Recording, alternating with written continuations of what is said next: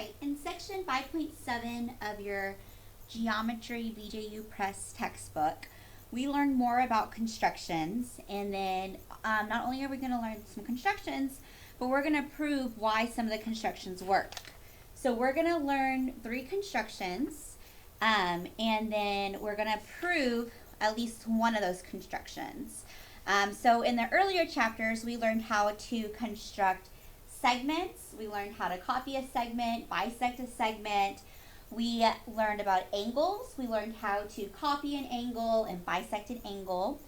And now we're going to make 3 constructions that combine those earlier constructions with a couple more things. So the first construction that we're going to look at is called a perpendicular through a point. So this is the 6th construction that is taught in this textbook. So we're going to go ahead and call this construction 6.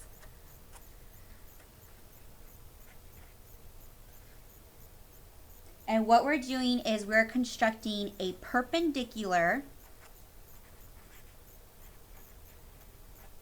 through point. Okay, so this, I'm just going to show you basically how to do it. So this can be done through any point if you want a perpendicular through that point. So in order to do this, you have to be given a line and a point. So you have to be given line AB and point P. Okay? It doesn't have to be specifically line AB and specifically point B. You just have to be given a line and a point, and you can make a perpendicular through that point. Okay? So that means that you can apply that to anything. Anytime you have a line and a point, you can do a perpendicular through that point. Okay? So remember, a perpendicular means that it intersects at a right angle or a 90-degree angle. Okay? So our directions, what we're trying to do is we're trying to construct a line that passes through a given point. In this specific example, we're calling that point P, but it can be in any point that's given. So through a given point.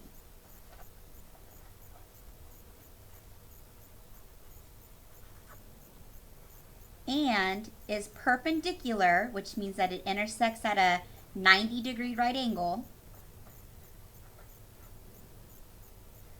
to a given line.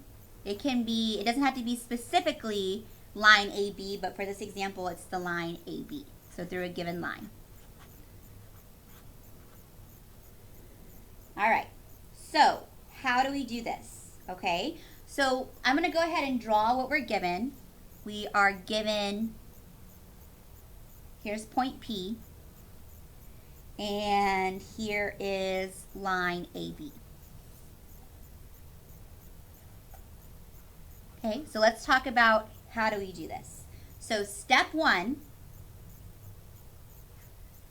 is we want to place the point of the compass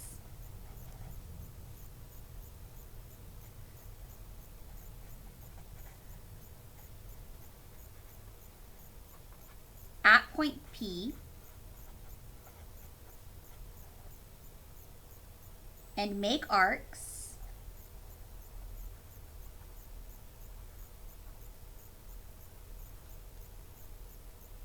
that intersect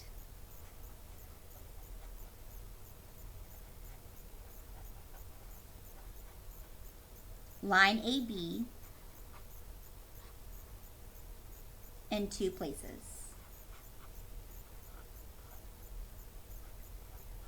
Okay, so you're going to call those intersections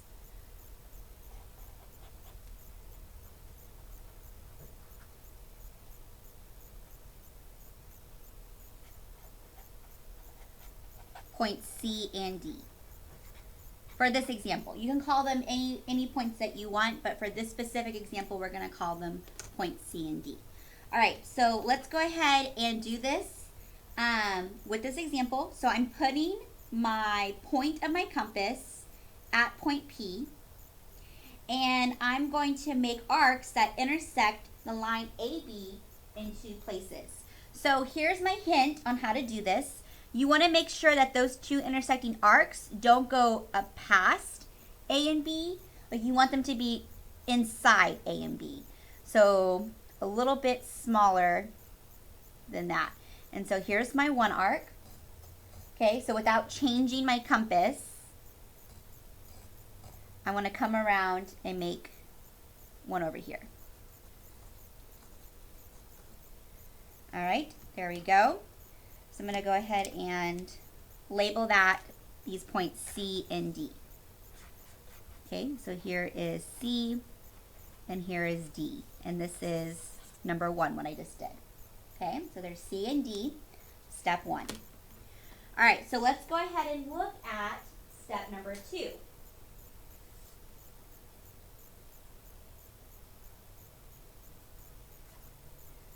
We want to move the point of the compass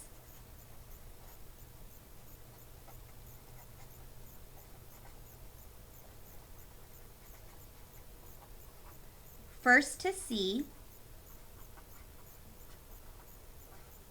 and then to D. Okay, and what we're going to do is we are going to be making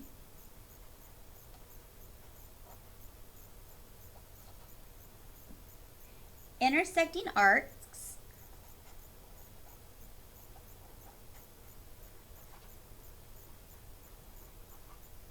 in the half plane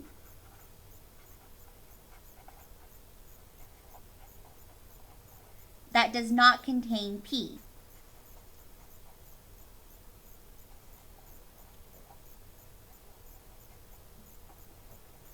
Okay, and we're going to call that intersection Q.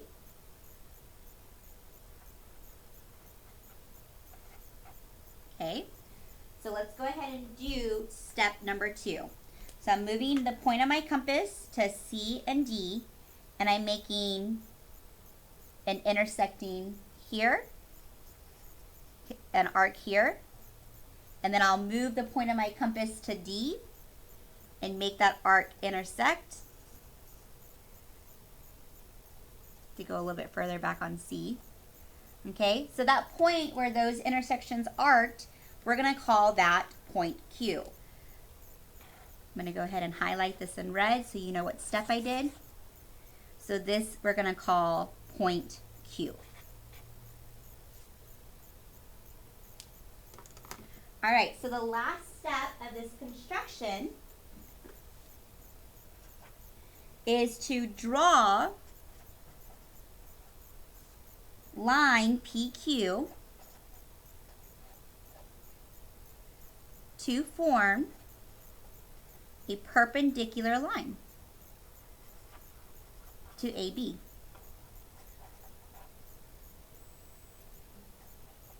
And that perpendicular line just happens to go through point P, which is what our instructions were for this construction. All right, so let's go ahead and finish this up. I'm going to do this one in pink. I'm going to use a straight edge so that way it's a nice and straight line. So again, I'm drawing line PQ, so it's going to go through P and Q. Go ahead and put arrows on it to show that it's a line. Ooh, let's do orange instead.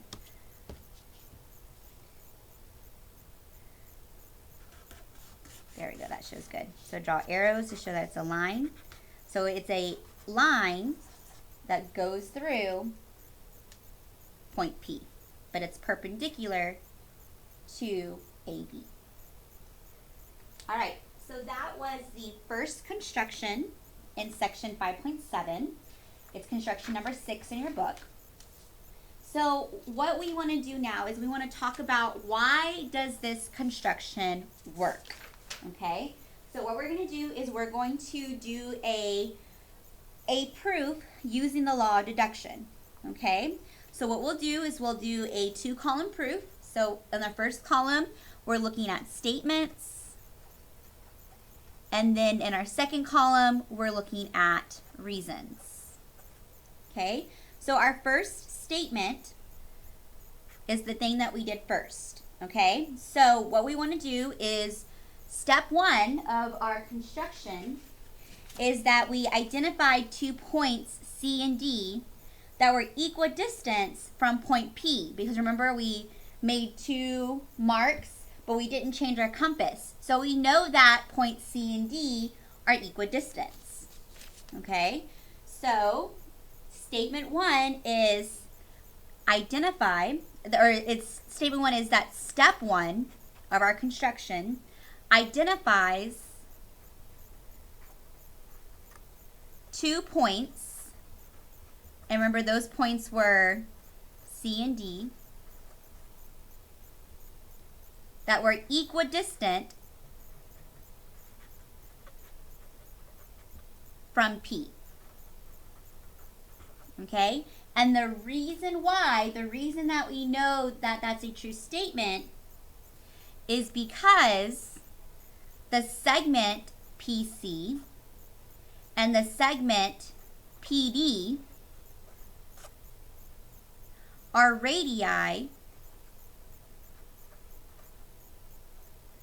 Remember, radii is the plural of radius of the same circle.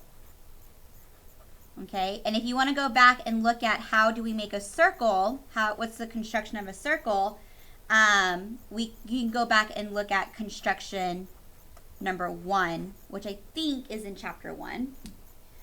All right, you can look at the table of contents to be sure.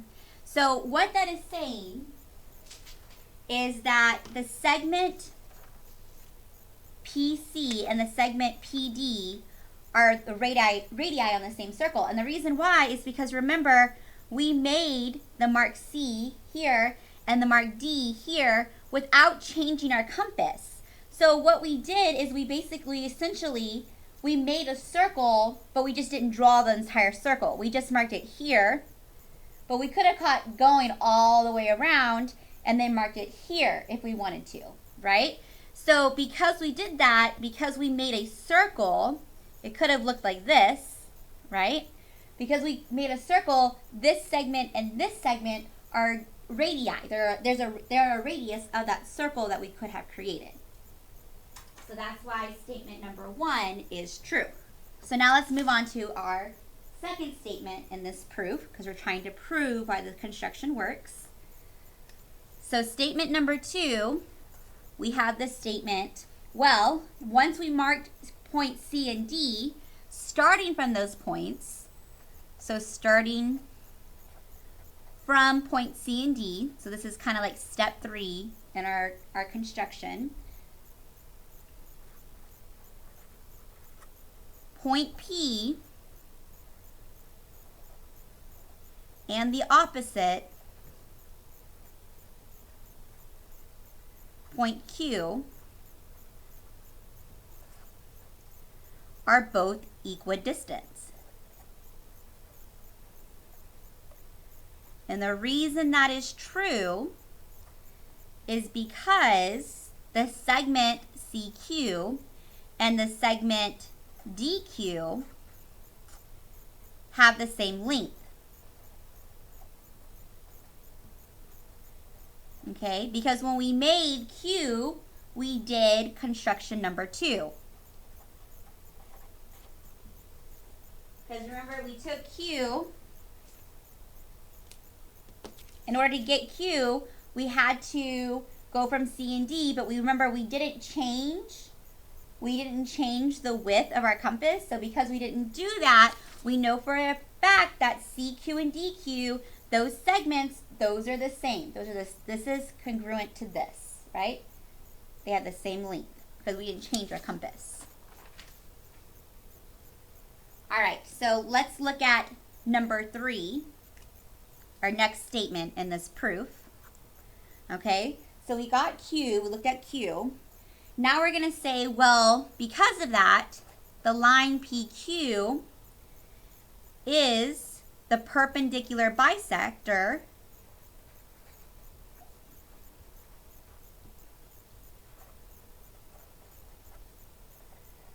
of the segment CD. And the reason why that is because we followed the steps of construction number 3, constructing a perpendicular bisector. That was construction number 3 in your textbook. All right, so that means that since we have a perpendicular bisector, well, if PQ is a perpendicular bisector of segment CD, and CD is on the line AB, that means that PQ is perpendicular to AB. That's kind of using transitivity if you think about it. So statement number 4, PQ is perpendicular to AB. Okay, and the reason why, because perpendicular bisectors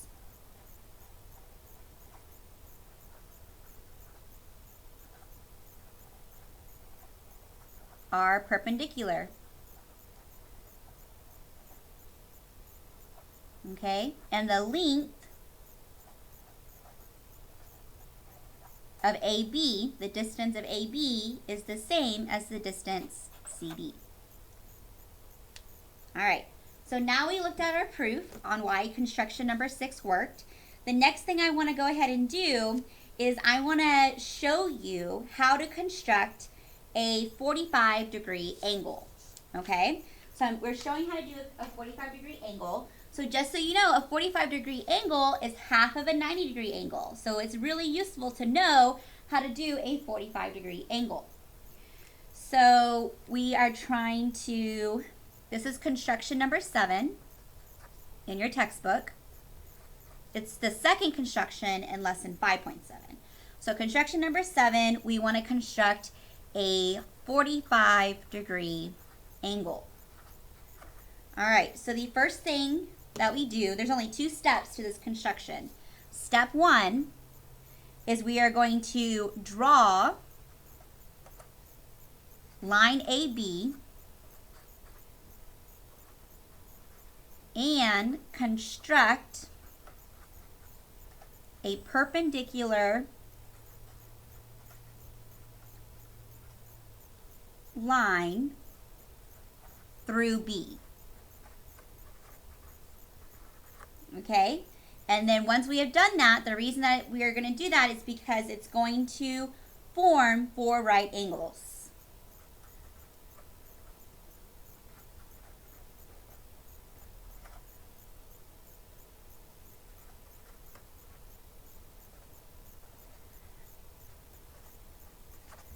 All right, let me show you why that works. So I'm going to give myself some space. I'm going to go down here. I'm going to draw line AB. So I'm just going to take a straight edge.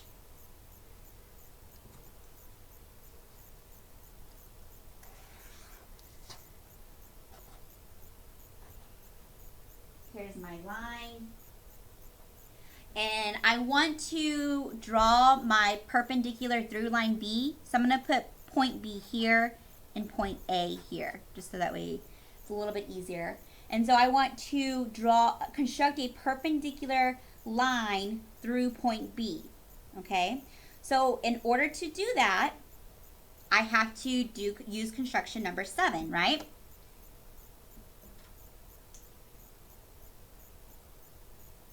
So I will start with putting the point of my compass on B and making 2 equidistant points on the line AB.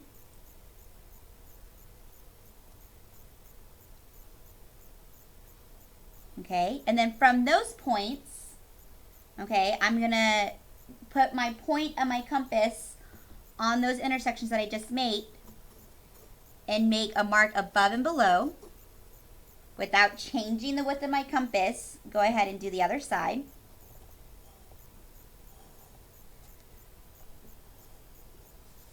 All right, so now I can go ahead and use a straight edge to connect those intersections. So now I have a perpendicular through the point B, okay? and I have formed 4 right angles, right? That makes 4 right angles. Well, remember, 45 degrees is half of 90, and a right angle is 90 degrees. So if I want 45, I just need to bisect one of these angles. So step 2 of our construction is doing that. Step 2 is going to be bisect one of the right angles, which forms actually 2 45-degree angles. So we went above and beyond. We're actually going to make 2 45-degree angles.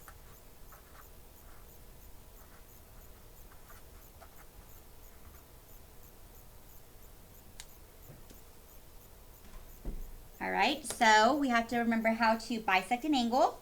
You're going to put your point of your compass on B, and we're going to make a mark on this ray and on this ray. Okay, and so from the points that we've made, we're going to go ahead and make an intersecting arc out here without changing our width. Let's go ahead and call that point C. And we're going to connect B and C.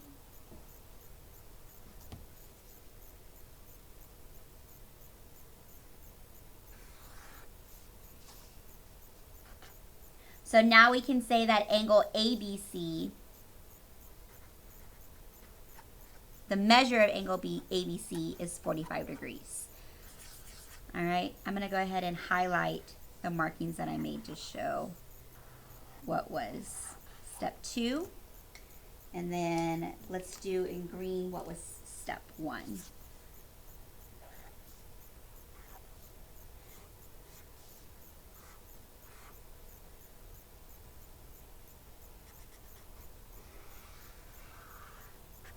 There we go. All right. So that is how to construct a 45-degree angle. The next construction that we're going to look at is how to make an equilateral triangle. So an equilateral triangle means that all the angles of your triangle have to be the same. That's what not the angles. Equilateral means that all of the lengths have to be the same, right? But in order for the lengths to be the same, your angles are also going to be the same. So it's going to be, everything's going to be equal, okay? Which means that all your angles will be 60 degrees, just so you know.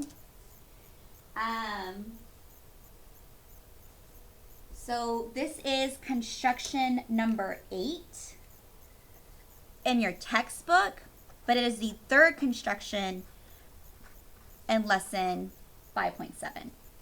So construction number 8, an equilateral triangle.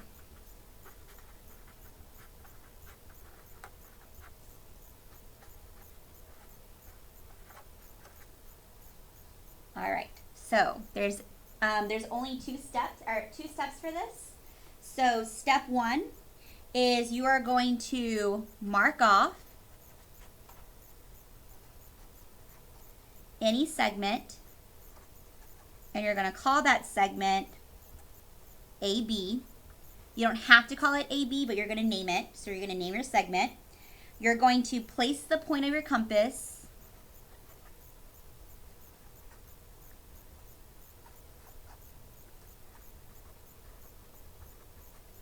at each endpoint.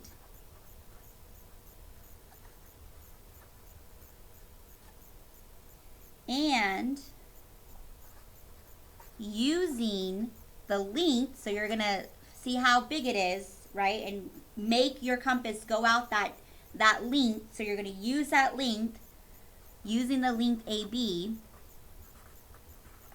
with your compass. You're going to mark intersecting arcs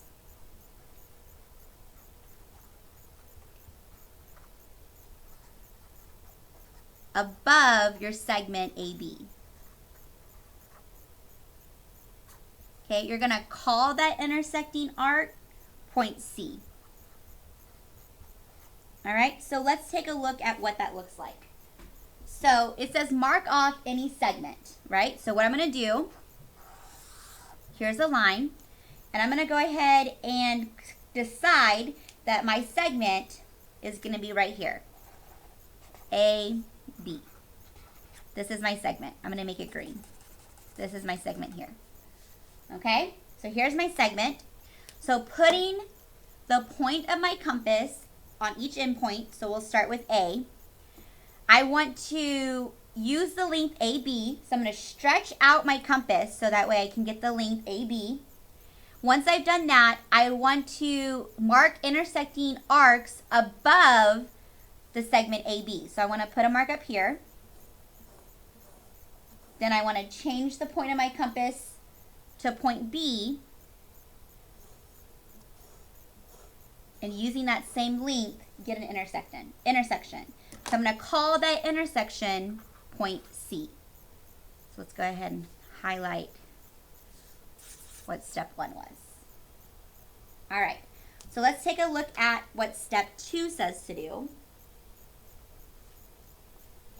Step 2 says draw segment AC and segment BC. Because we have A, we have B, and we have C. We just need to connect A and C. So here is segment AC. And then connect B and C. So here's segment BC. I now have an equilateral triangle. All right, so that was the last construction in section 5.7. Go ahead and try some of the problems in the textbook. So you're going to have to use what we talked about. And then also remember that an equilateral triangle, those are 60 degrees. 45 is half of a 90. So use all this information that you know to help you do these constructions. All right, have a good one.